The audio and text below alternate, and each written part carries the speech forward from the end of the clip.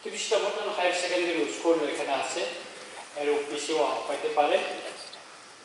ওইখানে যারা কলেজে যারা বর্তমানে পড়াশোনা করছেন তাদের ভিতরে মহিলা ছাত্রীর সংখ্যাটা প্রায় অর্ধেকের বেশি।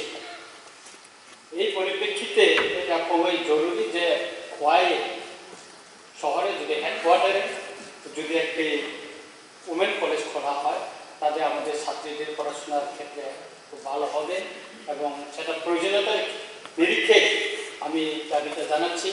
আমি আবার অনুরোধ করব মাননীয় মুখ্যমন্ত্রী মহোদয়ের নিকট বিষয়টা যেন বিবেচনা করা হয়।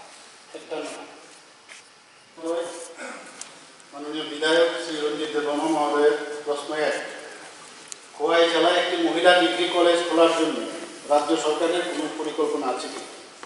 উত্তর, খোয়াই জেলায় একটি মহিলা ডিগ্রি কলেজ খোলার জন্য রাজ্য সরকার আপাতত কোনো পরিকল্পনা নেই।